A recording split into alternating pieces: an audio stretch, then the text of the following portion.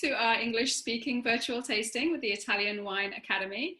So as usual, we will taste a wine together using the WSET systematic approach to tasting, looking at both the level 2 and the level 3 approach, how they're different and the different things that you'll be looking for. I am here to answer your questions if you have any in the chat. Also, Jacopo is ready with his wine and he can answer any questions as well. And before we really start thinking about the WSET courses, I am aware now that the team have updated the website. So for those of you who've been waiting for courses, have been maybe thinking about it, not sure, all the dates are now on the Italian Wine Academy website. So you can get yourself booked in for level 1, 2, or 3 as you prefer. We have online courses and classroom courses. Okay, so hopefully you all have your wine ready. So this week we're tasting the Castello di Semivicoli Trebbiano D'Abruzzo by Masciarelli. And in particular, we're tasting the 2015. So as always, I'll give you a little bit more background into the wine, talk about what we might be looking for in the glass and how we can make those connections between the theory of the winemaking, the cultivation, the grape variety, and what we taste in the glass. So this is 100% Trebbiano Abruzzese. Now, common mistake is to call it just Trebbiano or to call it Trebbiano D'Abruzzo. It's not, it's Trebbiano Abruzzese is the grape variety and Trebbiano D'Abruzzo is the DOC for the wine. Okay. This is actually 100% Trebbiano Abruzzese, although the disciplinario does allow for 15% of other grape varieties, okay, including actually Bombino Bianco. And strangely for this DOC, you could make it from 85% Bombino Bianco. It's slightly unusual, but this is our 100% Trebbiano Abruzzese. And it's grown on southern facing sites, about 380 meters above sea level. So there's a little bit of altitude there, but not too much. For those of you who know the disciplinario for this wine, you might be aware that you're not allowed to grow the grapes any higher than 500 meters above altitude on normal sites or 600 for southern facing sites. So this is about in the middle. Okay. So a little bit of altitude, but not so much that we would expect a dramatic impact on the wine. The thing that's really important about the way that Masciarelli are making this wine in terms of the vineyard is that they're using a very particular training system. Okay?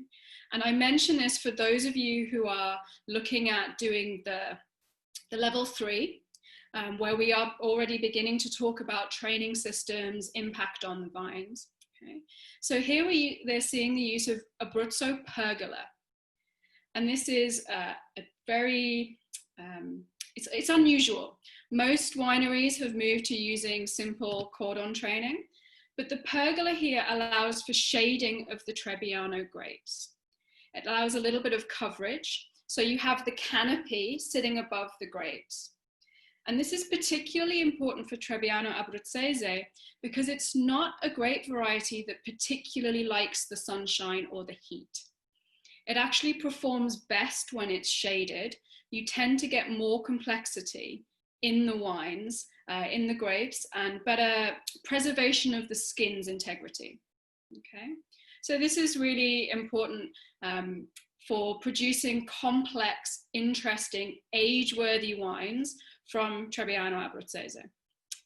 So once they've taken them, they hand harvest so they can select their bunches at optimal ripeness. We're taking it into the winery. We have 14 hours of skin contact. Okay, so the skins remain in contact with the juice for 14 hours before we have cool fermentation and then aging and fermentation in stainless steel. Okay. It's about, it's 2015, which is the other really important thing we're going to be talking about, because whilst there's not so much to talk about necessarily in terms of site selection, altitude, the things we're really going to be looking at in this wine is how aging, how this extended period of maturation impacts the wine. So let's think a little bit before we taste about what we could expect. So thinking about the grape and the natural factors in the vineyard. So Trebbiano Abruzzese tends to be quite citrusy. So you're looking for lemon, lime, also some apple. In warmer sites, you tend to see stone fruit, particularly peach or ripe yellow nectarine. And there can be a white floral component. So you might be thinking about something, particularly in Trebbiano Abruzzese, along the lines of acacia, perhaps some orange blossom. And some have quite a mineral backbone. So you might be looking for that slightly flinty struck match note that, for those of you who've done some tasting of French wines, will find in Chablis, for example. So that's the grape. In terms of the natural impacts, obviously we've got this pergola training to help maintain acidity, give some more complexity, but not too much going on otherwise in terms of the natural factors. Where it really comes into its own should be the human factors, okay? So this maceration on the skins, giving texture, probably giving us some color, and also the oxidation from the choice to have a slightly more aged wine. Okay? So let's dive in. So looking at the color, you can really see that this is a wine that has had a little bit of skin contact and had some aging, because this is where we finally move in WSET from pale lemon to medium gold. This is a medium gold wine, okay? I'm getting color almost all the way up to the rim. There is a slight watery gap, a very, very small watery gap. So at the tip, at the end of the glass, where it's a little bit clear, but the color is almost all the way to the edge. That tells you that it's medium intensity, okay? If it was all the way through, that would be my deep wine, okay? But because there's just this little ring of kind of clarity, it's medium. And it has, particularly when you tilt to the light and look through the wine, it has a clear orange gold brightness to it, okay? You're not getting any of those hints of just clear lemon, that lemon skin, bright yellow color. It really is moving into gold. Okay. So this is, again, remember, I keep talking about the distance away from the glass you have to be in order to tell intensity, and that it should be the positive aspect of the wine, okay? I'm right away from my glass again. I'm all the way out, my head turning thing. I'm all the way out here, and I'm already getting characters of the wine. So we're in that pronounced intensity. And again, as I've said, this remains pronounced for both level 2 and level 3. If it was medium plus, it would be in the medium bracket, but it's not, it's pronounced. So thinking about the aromas, I keep talking about trying to cluster your aromas into primary, secondary, and tertiary characteristics, okay? So primary from the fruit, secondary from the winemaking, tertiary from the aging. Okay? And I think this is a really excellent example of a wine, particularly for those of you working on level 3 tasting skills, to understand the idea of a fully developed wine, because on the nose, it is incredibly difficult for me to find primary characteristics. Okay? Everything I'm getting from the nose are from the winemaking or from the maturation of the wine. Okay? So I'm getting lots of honey, lots of dried white flowers and toast. It's very nutty, okay? I smell almond, macadamia nut. You can really see how there's been this progression from what was fresh to what is now dried as well, because the fruit character that I get is dried peel, so dried lemon peel. It's baked apples. It's this move towards these more dried, more concentrated aromas. I also get a tiny little bit of the slightly kerosene petrol note that many people associate with Riesling. I'm incredibly sensitive to that smell, so I pick it up even if there's the barest hint of it. So you might not find that, but I just get a little bit of that. And that's quite common as you're getting a little bit of aging with the phenolics. Okay, so a fully developed wine on the nose for level 3, really focused in those secondary and tertiary characteristics. It'll be interesting to see if it's the same on the palate. So let's give it a taste. I'm going to remind myself of the smells before I do. And I'm going to taste for my sweetness and my acidity first.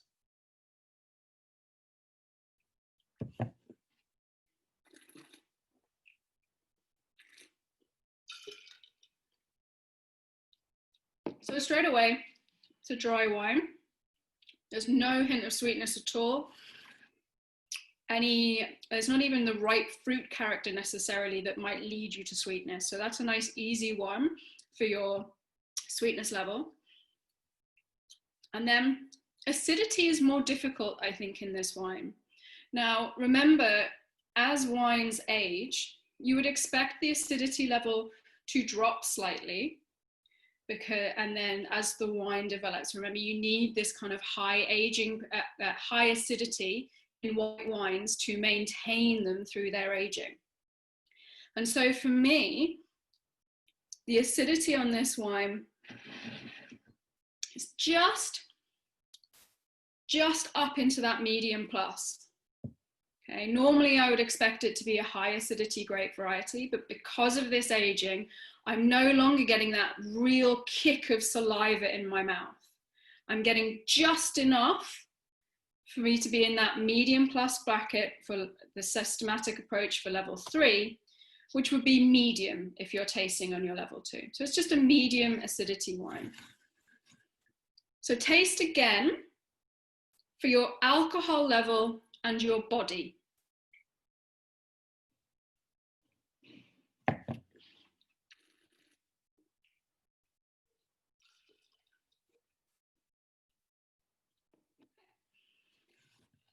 So for me, this is a wine that really fills my mouth. Remember, we're talking about those comparisons with cream or with mango juice as opposed to with water or with lemon juice. This is incredibly full in my mouth, lovely texture and weight. Remember, we were expecting potentially a little bit of texture from the skin contact. Okay?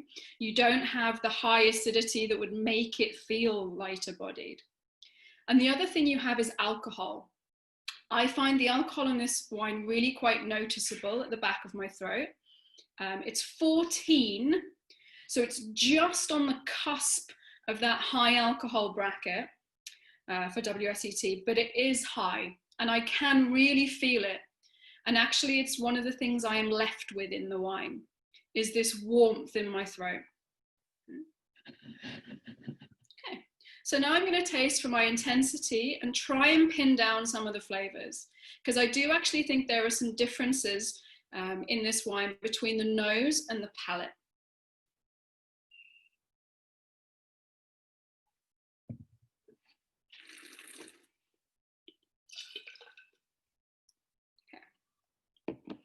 So it's pronounced intensity in terms of your flavors. Okay. There is a lot of them. They're very clear in my mouth. And there's great complexity there as well. What I find interesting about this wine on the palate is this is where we finally find the primary fruit characteristics.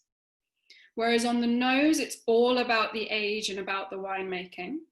Yeah, it's all about this dried fruit, this nut character, this honey, this toast, this dried peel, maybe candied peel almost. Finally on the palate is where I get that little bit of freshness, and I get a kind of lemon juice character. Okay? A little bit of that kind of really ripe yellow apple, in addition to that lovely nutty character, that kind of macadamia nut, almond, the honey. I lose a little bit of the dried flowers. So that would be where my differences lie between the aromas and the flavors. But I do think it's really important to note that you can pick up these primary characters, these primary fruit characters. Oh. Just spotting a, yes. So for level 3, the question in the chat is about full-bodied and creamy. I would make a note about the texture on this wine. I think it really helps you when you're writing your note to give the most complete picture of a wine you can. And the texture is actually noticeable. Remember, you've had that skin contact and you've had the aging, you've had the oxidization. Yeah. So I would make a comment about that. You won't score a mark, but it gives the examiner, for example, an idea of what the complete picture that you are able to give of the wine. So talking a little bit about the differences between the aromas and flavors, I'm going to taste finally for finish and then give some conclusions.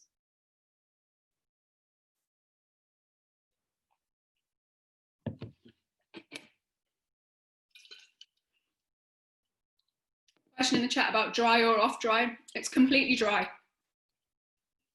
You have to think about the fact that it's also high alcohol, and try and remember a little bit this relationship between sugar and alcohol.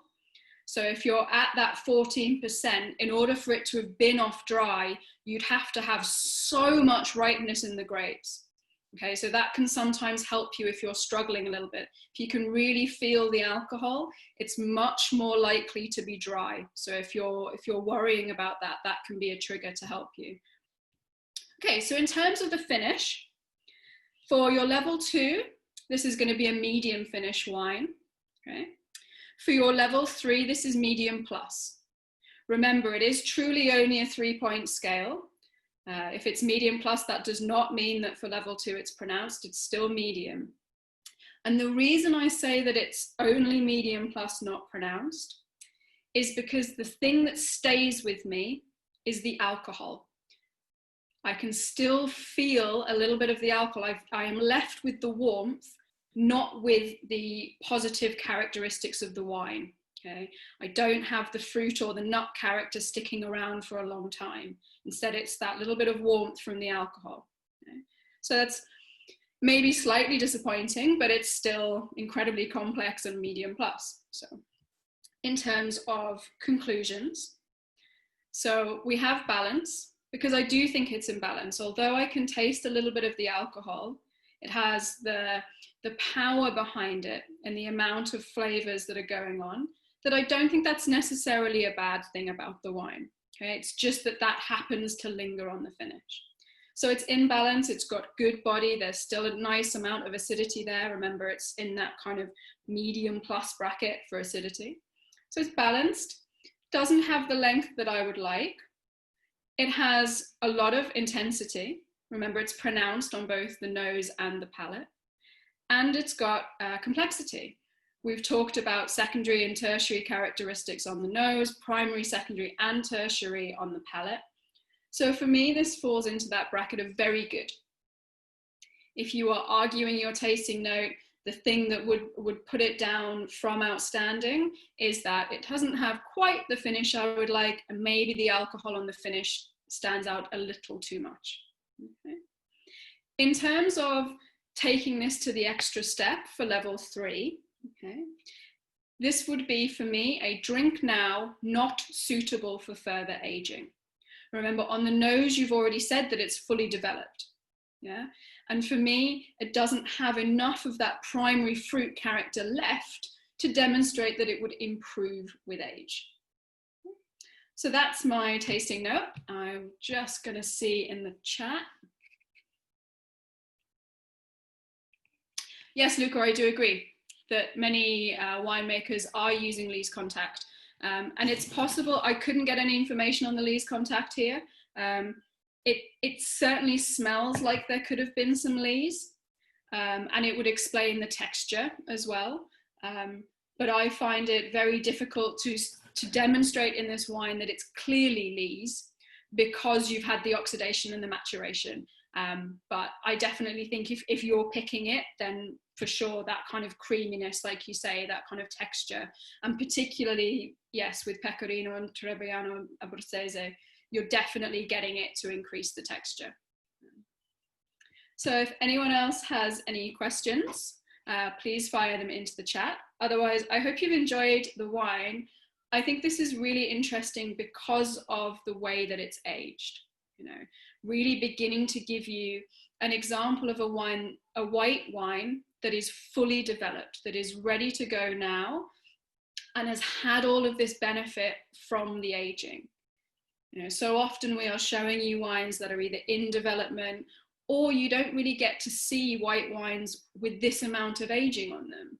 And I think it's really important to show that development, that movement from the primary right through to the tertiary, the change in the acidity level, the change in the body.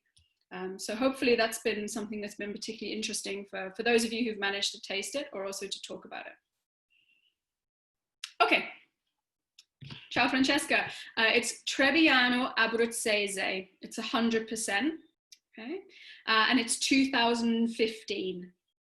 So a relatively warm year, so difficult for Trebbiano Abruzzese, which is why the shading on the canopy, this Abruzzo pergola, is so important.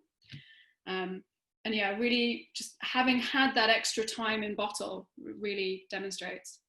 No MLF on this wine, as far as I'm aware. Further question in the chat. For me, all of those characters that you are getting, that you are assuming might be malolactic conversion, is coming from the aging.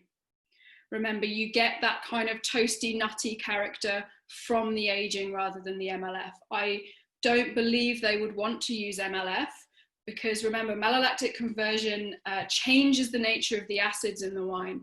And if you're wanting a wine with a lot of longevity, like particularly with Trebbiano Abruzzese, you're probably more likely to want to maintain that acidity level. It's not organic, I don't believe so. It's not certified organic. I don't believe that the vineyards that they're choosing their grapes from are organic, if that helps. Yeah. Interesting to hear. Lisa is saying that she's tasting, I don't know if you've seen the chat, she's tasting the 18 and there's a little bit of bitterness on it. Obviously, with so much more bottle age, you're going to gradually lose that kind of bitterness into the integration of the wines. Okay, well, I want to say thank you to everyone for joining. If you have more questions, you can fire them at the team. I think that the wine we're tasting next week is a Barbera. I'm hoping that's been confirmed. If not, I know that Alice and the team will be sending out more details. But going back up north to explore a different red grape. So thank you, everyone. Have a great evening and enjoy drinking the rest of your wine. Thank you so much to the team for making this all happen. We'll see you next week, 6 o'clock, for more English-speaking virtual tasting. Ciao tutti.